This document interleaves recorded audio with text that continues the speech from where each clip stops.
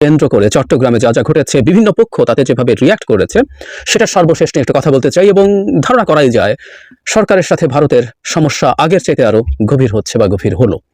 সরকার কি করতে পারে এখন, বা সত্যিই কি যথেষ্ট বেশি চাপ আরো সামনের দিনে আসতে যাচ্ছে, সে আলাপটা একটু করে নিতে চাই। শুরুতে যেমন বলেছিলাম, উনি ইসকন নেতা, যদিও তাকে বহিষ্কার করা হয়েছে কেন্দ্রীয় ইসকন, যেহেতু তাকে ইসকন নেতা বলছে, আমরা এখন থেকে তাকে বলবো সেটাই, এবং সেই বহিষ্কারকে একটা নাটক হিসাবে আমরা দেখতেই পারি।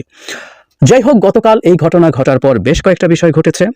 একটা হচ্ছে বাংলাদেশে চিন্ময় দাসকে গ্রেফতার করার পর ভারতের পররাষ্ট্র মন্ত্রণালয় একটা স্টেটমেন্ট দিয়েছিল। সরকার বা বাংলাদেশের পররাষ্ট্র মন্ত্রণালয় সেটাকে কন্ডেম করেছে, সেটার প্রতিবাদ জানিয়েছে। আমি হুবহু একটু পড়তে চাই। এবং ডক্টর ইউনূসের সরকারের সময় এই একটা জিনিস যখনই হয়, তখন আমাদের নিজেদেরকে একটা সার্বভৌম রাষ্ট্রের নাগরিক বলে মনে হয়।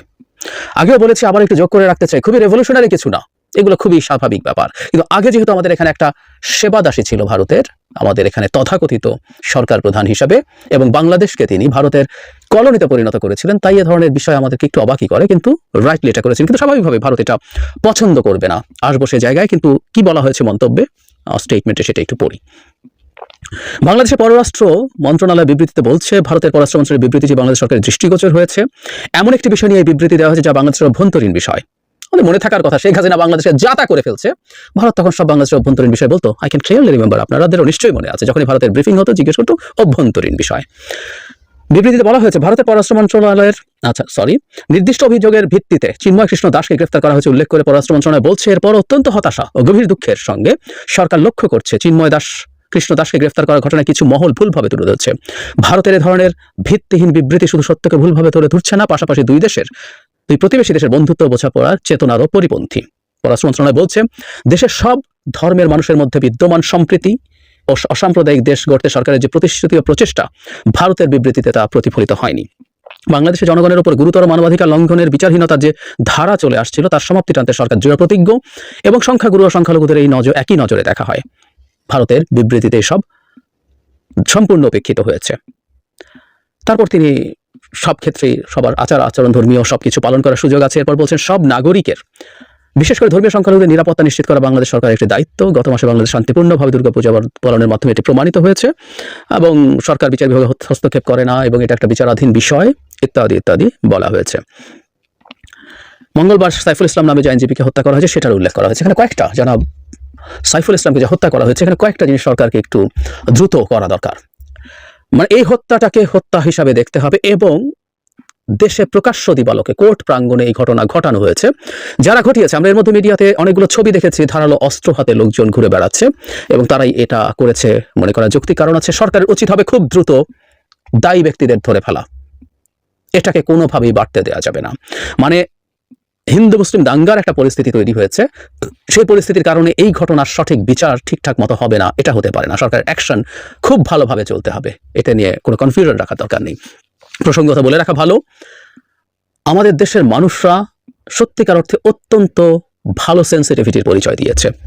গতকাল যে ঘটনা ঘটেছে, এর আগে এমন হয়েছে, তুলনামূলকভাবে অনেক কম বিষয়েও মুসলিম সম্প্রদায়ের মানুষ, আবারও বলি, এরা আসলে ঠিক মুসলিম সম্প্রদায়ের মানুষ না বলে এর মধ্যে প্রচুর ভেস্টেড ইন্টারেস্ট গ্রুপ আছে, হিন্দু সম্প্রদায়ের উপরে হামলার ঘটনা বাংলাদেশে ঘটেছে। সেই তুলনায় এখানে যা ঘটেছে, ধরে নিলাম চট্টগ্রামের নিরাপত্তা ব্যবস্থা জোরদার ছিল, কিন্তু সারা দেশে আরো বহু বহু বহু জায়গায় হিন্দু সম্প্রদায়ের মানুষ আছে, যে কোনোখানে যে কোনো অঘটন ঘটে যেতে পারতো। কিন্তু কি অসাধারণ ব্যাপার, আমি যখন এই ভিডিও রেকর্ড করছি, অন্তত সেই সময় পর্যন্ত তেমন কিছু দেখা যায়নি। আমাদের দেশের মানুষরাই চক্রান্তকে নষ্ট করে দেবে, এই বিশ্বাস আমার ছিল। আমি স্মরণ করছি সেই দিনগুলোর কথা, সেই 3টা দিন যখন বাংলাদেশের সরকার ছিল না, সেই অর্থে কোনো কিছুই হয়নি। কত কি হতে পারতো, চুরি, ডাকাতি, হত্যা, ধর্ষণ, অলমোস্ট কিছু হয়নি। অসাধারণ ব্যাপার।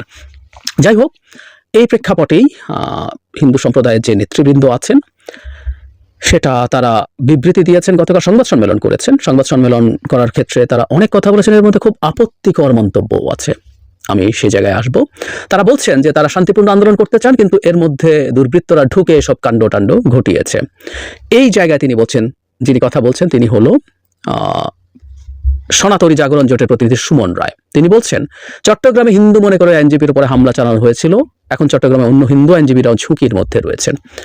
খেয়াল করি আমরা, তারা এসব, আমি কোথাও যেন একটা দেখলাম, একটা স্টেটমেন্টও আছে যে ইসকন এই ব্যাপারে তাদের দুঃখ প্রকাশ করেছে সাইফুলের হত্যাকাণ্ডের ব্যাপারে, কিন্তু এখানেও বলছেন হিন্দু মনে করে নাকি তাকে হত্যা করা হয়েছে। আমরা খেয়াল করব। তার মানে এটা স্বীকার করা হচ্ছে একজন মুসলিম আইনজীবীকে হত্যা করা হয়েছে। সেটা কে করেছে আমরা সেই তর্ক সরিয়ে রাখি, এখনো কিন্তু ডিনায়াল তাদের মধ্যে। শুধু সেটা না, আমি খুব অবাক হয়েছি রয়টার্স যখন এই রিপোর্ট করেছে এটা নিয়ে, সেখানে বলা হচ্ছে এক্স্যাক্টলি বলা হচ্ছে a Muslim lawyer defending Das was killed amid protest outside the court in Chittagong, said police officer Liaquat Ali. এই লিয়াকত আলীকে সরকার খুঁজে বের করতে হবে।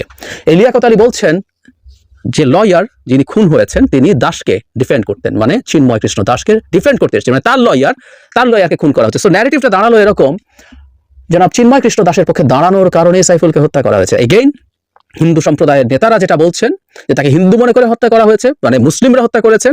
সাইফুলকে হত্যা করার ক্ষেত্রে লিয়াকত আলীর বক্তব্য একই রকম, যে মুসলিমরাই তাকে হত্যা করেছে, তারা মুসলিম জানতো তার ভাষ্যমতে, কিন্তু তিনি যেহেতু জনাব চিন্ময় কৃষ্ণ দাসের পক্ষে দাঁড়িয়েছেন লয়ার হিসেবে, সে কারণে তাকে হত্যা করা হয়েছে। আমরা ডিসইনফরমেশনগুলো খেয়াল করব। এবং তারা আরও কিছু কর্মসূচি দিয়েছেন হিন্দু সম্প্রদায়ের মানুষ, এই যে এভাবে বলা ঠিক না, এই সংগঠনটা সব হিন্দু সম্প্রদায়ের মানুষ তো ননই, তাদের এই কর্মসূচি কি ঠিক হচ্ছে এটা নিয়ে আমি আলাদাভাবে কথা বলবো, এটাও খুবই গুরুত্বপূর্ণ ব্যাপার, কিন্তু আমি কথা বলতে চাই। যাই হোক, ডক্টর ইউনূসের সরকার ভারতের সাথে রাইটলি যে স্টেটমেন্ট দেওয়ার কথা সেটাই দিয়েছেন। এখন সমস্যা যেটা দাঁড়াবে, ভারতের জিনিসগুলো ভালোভাবে নেয় না, আগেও নেয়নি। ডক্টর ইউনূসের সরকার আসার পর থেকে অনেক ক্ষেত্রে যেসব কথাবার্তা বলেছেন খুবই জেনারেল, খুবই নর্মাল একটা সার্বভৌম দেশের নেতার মতো কথা বলেছেন। স্টেটমেন্ট দিয়েছে সীমান্ত হত্যা নিয়ে, অমিত শাহ যখন উল্টো ঝুলিয়ে রেখে বাঙালিদেরকে সাইজ করবেন বলছেন সেটার বিরুদ্ধে কথা বলছেন, স্টেটমেন্ট দিয়েছেন। পূজার সময় যখন অত্যন্ত আক্রমণাত্মক ভাষায় খুব তুচ্ছ ঘটনাকে কেন্দ্র করে স্টেটমেন্ট দেয়, সেটার প্রতিবাদ হয়েছে। ঠিক একইভাবে এটারও প্রতিবাদ হয়েছে, হওয়ারই কথা। বলা বাহুল্য ভারত এটা ভালোভাবে নেবে না, এবং সরকারের উচিত হবে এই ব্যাপারে প্রস্তুত থাকা। যেমন ধরি সরকারের অ্যাকশন সোফার কি ঠিক আছে? আমাদের একটা কথা মনে রাখতে হবে, জনাব চিন্ময়কে সেখানে নিলে কি হতে পারে ধারণা তাদের থাকা উচিত ছিল, প্রস্তুতিও ছিল, কিন্তু একটা অঘটন ঘটে গেছে। কিন্তু পরবর্তীতে যেগুলো হয় সেগুলো ভালোভাবে হওয়া দরকার। যেমন একটা জিনিস হওয়া জরুরি, আগেই বলেছি, সেটা হচ্ছে যারা এই হত্যাকাণ্ডের সাথে জড়িত তাদেরকে খুব দ্রুত ধরে ফেলতে হবে, তাদেরকে আইনের আওতায় আনতে হবে, তাদেরকে বিচারের আওতায় আনতে হবে। এবং এর সাথে কারা কারা জড়িত আমরা দাবি করছি, ধারণা করছি যৌক্তিকভাবেই, এবং আমাদের স্বরাষ্ট্র উপদেষ্টাও এই কথাটা খুব ক্লিয়ারলি বলছেন, এর মধ্যে দেশি বিদেশি চক্রান্ত আছে। আমরা তাই বিশ্বাস করি, সাধারণ হিন্দু সম্প্রদায়ের মানুষরা এর সাথে কোনোভাবেই জড়িত নন। সুতরাং এটার সাথে কারা জড়িত তাদের প্রত্যেককে খুঁজে বের করা, এর সাথে কোথায় কোথায় লিঙ্ক আছে, কিভাবে লিঙ্ক আছে, কেমন লিঙ্ক আছে সেটা বের করতে হবে। শুধু তাই নয়, সাধারণ হিন্দু সম্প্রদায়ের মানুষের মধ্যে নিরাপত্তা বোধ জাগ্রত করতে হবে। এরকম একটা ঘটনা যেহেতু ঘটেছে, সারা দেশে এই ধরনের পরিস্থিতি বিরাজ করার সম্ভাবনা আছে। ধরুন চিটাগাংয়ে যেহেতু ঘটেছে, সরকারের দু একজন উপদেষ্টা ওখানে চলে যেতে পারতেন, সেখানে গিয়ে হিন্দু সম্প্রদায়ের সাধারণ মানুষের সাথে, ওখানে অনেকগুলো শহরে অনেকগুলো এরিয়া বেসড ক্লাস্টার আছে, সেগুলোতে যদি যেতে পারতেন, সেগুলো যদি মিডিয়ায় দেখানো হতে পারতো, তাহলে এই বোধটা হিন্দু সম্প্রদায়ের মানুষের মধ্যে তৈরি হতো যে রাষ্ট্র তাদের পাশে আছে। তাদের সম্প্রদায়েরই কোনো বিপদগামী মানুষও যদি একটা হত্যাকাণ্ড ঘটিয়ে থাকে, তারপরও তাদের রাষ্ট্র তাদের পাশে আছে। যদিও আমি আবারও বলছি, মুসলিম সম্প্রদায় যেভাবে রিয়াক্ট করেছেন এটা অসাধারণ। মানে একটু উল্টোটা চিন্তা করি, ভারতে একজন হিন্দু সম্প্রদায়ের মানুষকে মুসলিমরা হত্যা করেছে, কি হতে পারত? বিশেষ কিছু রাজ্য হলে তো অকল্পনীয় ঘটনা ঘটে যেত। তারপরে সরকারের এইসব জায়গায় আরেকটু কাজ করার স্কোপ আছে, এবং এতে হিন্দু সম্প্রদায়ের মানুষ যেভাবে আশ্বস্ত হবে, একই সাথে গ্লোবালি সরকার এটা দেখাতে পারবে যে তারা হিন্দু সম্প্রদায় যাতে কোনো রকম কোনো ঝুঁকির মধ্যে নেই সেটা তারা নিশ্চিত করছে। এবং এটা শুধু চিটাগাংয়ে না, সারা দেশে এটা করার চেষ্টা তাদের দিক থেকে করতে হবে। এবং আমি ব্যক্তিগতভাবে মনে করি, জনাব চিন্ময় কি কাজ করেছেন, কেন তাকে গ্রেফতার করা হয়েছে, মানে তাকে যে রাষ্ট্রদ্রোহ মামলায় গ্রেফতার করা হয়েছে, আমি নিশ্চিত নই সেটা কোনটা। অনেকে বলছে সেটা ওই যে পতাকার ঘটনাটা, জাতীয় পতাকার উপরে যে ইসকনের পতাকা ছিল, সেটা বিএনপির একজন নেতা মামলা করেছিল, পতাকা বহিষ্কারও করেছিল বিএনপি। এর যদি সেই মামলা হয়ে থাকে, এই রাষ্ট্রদ্রোহ মামলাটা, আমি ব্যক্তিগতভাবে মনে করি যে এটা আসলে, এইটাকে আমি রাষ্ট্রদ্রোহ, গ্রেফতার, এত কিছু ঘটনার মতো বিষয় মনে করি না। হয়তোবা সরকারের কাছে আর অনেক তথ্য আছে, কিন্তু যেহেতু একটা মামলা আছে, সরকার এই মামলার অধীনে তাকে ধরেছেন। কিন্তু আমি মনে করি এটা ভালো হতো তার বিরুদ্ধে সুনির্দিষ্ট যে গর্হিত অভিযোগ বা অপরাধের অভিযোগ আছে, সেটার ভিত্তিতেই তার বিরুদ্ধে মামলা করাটাই সবচেয়ে ভালো হতো। আমি নিশ্চিত যে সরকার এটা ওজন করেই করেছে। কিন্তু এখন জরুরি ব্যাপার হচ্ছে, এই ব্যাপারে যেহেতু ঘটনা যেহেতু নেমে গেল, সরকারের উপদেষ্টা স্টেটমেন্ট দিয়েছেন জনাব আসিফ, আমার আগের একটা ভিডিওতে বলেছি যে তাকে রাষ্ট্রদ্রোহের কারণে গ্রেফতার করা হয়েছে, সরকারের স্ট্যান্সটা নিয়েছে। এবং সাম্প্রতিক সময় ইসকন সংগঠনটার কার্যক্রম বা কর্মকাণ্ড নিয়ে বেশ আলোচনা এবং সমালোচনা আছে। সুতরাং সরকারের এই পদক্ষেপের মাধ্যমে এই সংস্থাটার কর্মকাণ্ড খতিয়ে দেখা দরকার। অনেকে দেখলাম স্ট্রেট অ্যাওয়ে ইসকন বন্ধ করে দিতে হবে। আমি মনে করি এরকম কোনো পদক্ষেপ এই মুহূর্তে সরকারের নেওয়া কোনোভাবেই উচিত হবে না, কিন্তু তাদেরকে হিসেব নিকাশের মধ্যে তাদেরকে একটু ইনভেস্টিগেট করা দরকার, তারা এক্স্যাক্টলি কি করছেন।